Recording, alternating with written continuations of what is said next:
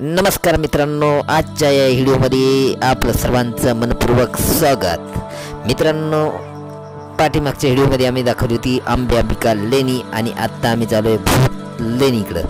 आणि यानंतर जर तिसरा व्हिडिओ असेल तो भीमाशंकर लेणीचा.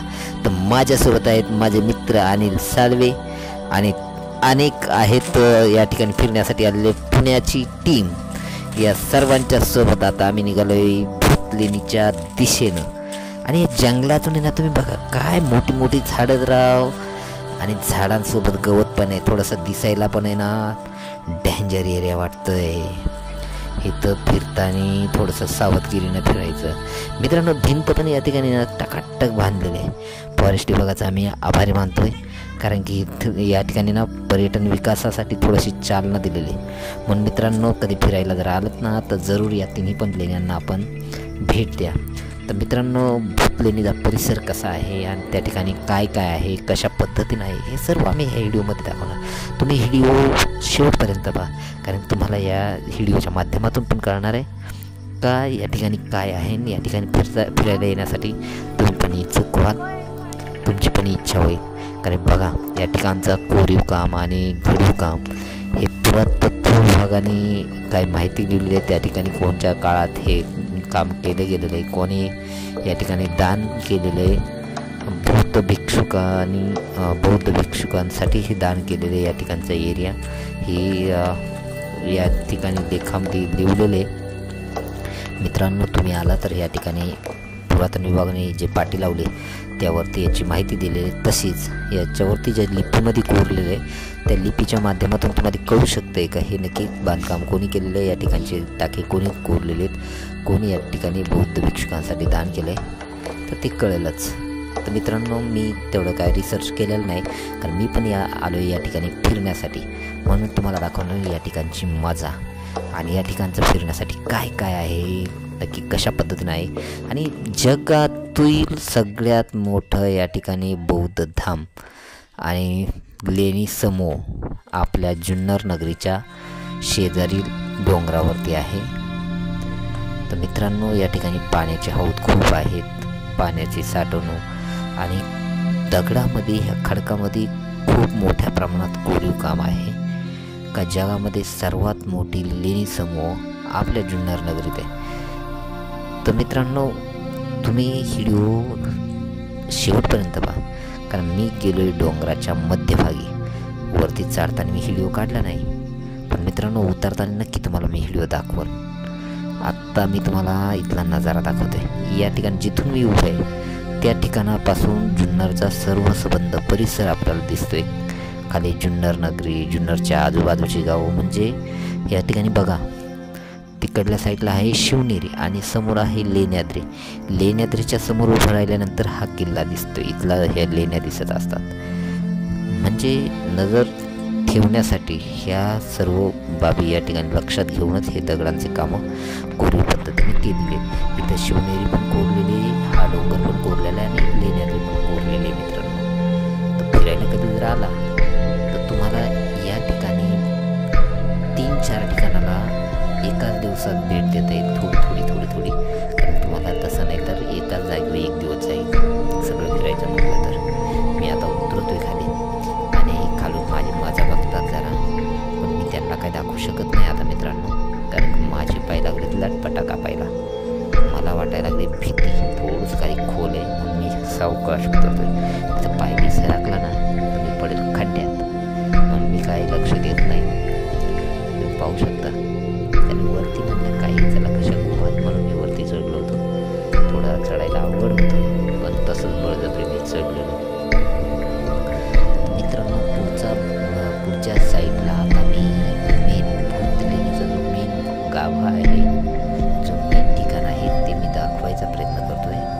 तर मित्रांनो, तुम्ही जर पुणे जिल्ह्यात पण आलात तर या ठिकाणी किल्ल्यांना पण तोटा नाही. त्याच्या शेजारी अकोले तालुका आहे, जुन्नर तालुक्या शेजारीच अकोले तालुका आहे. या दोन्ही तालुक्यांमध्ये पर्यटन विकासामध्ये अनेक किल्ले, गड, देवस्थानं हे आहेत का ज्या ठिकाणी आपण भेट देऊ शकतो.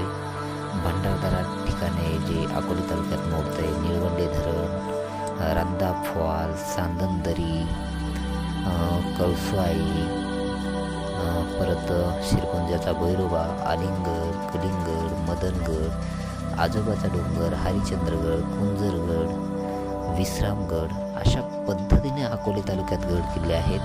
त्याच पद्धतीने जुन्नरमध्ये तुम्ही पाहिलं तर इथं भीमाशंकर लेणी आहे, भूत लेणी आहे, अंबिका लेणी, लेण्याद्री, शिवनेरी, वसू आहे, खंडोबा आहे, वडदचा खंडोबा, औदुंबेश्वर, भीमाशंकर, वरती हाडसरचा किल्ला आहे, चावणचा किल्ला आहे मित्रांनो, आणि नाणेघाट त्याच्या शेजारी पण किल्ला आहे.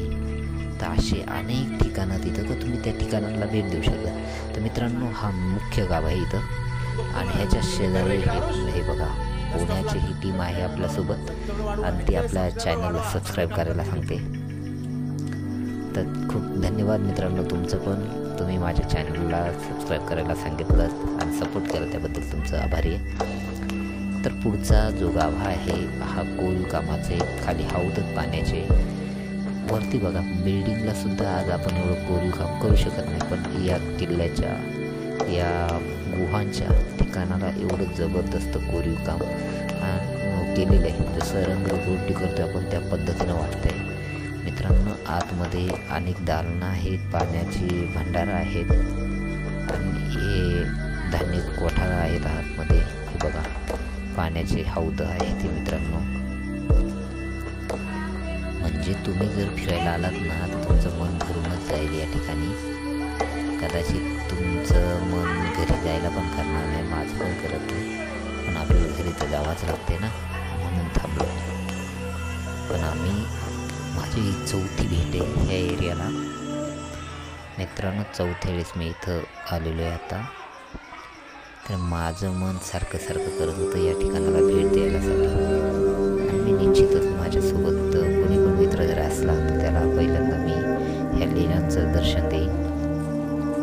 बघा आत्ता मी वरती जे कोरीव काम आहेत त्या ठिकाणी गेलेलो आहे. माझ्यासोबत अनिल पण चालला आहे, कार्यकर्ते आहेत, बघू शकताय. कोणी म्हणाल कलर दिलेला, पण कलर नाही मित्रांनो, हा तर दगडामध्ये कोरीव काम असलेले हे गुहा आहेत.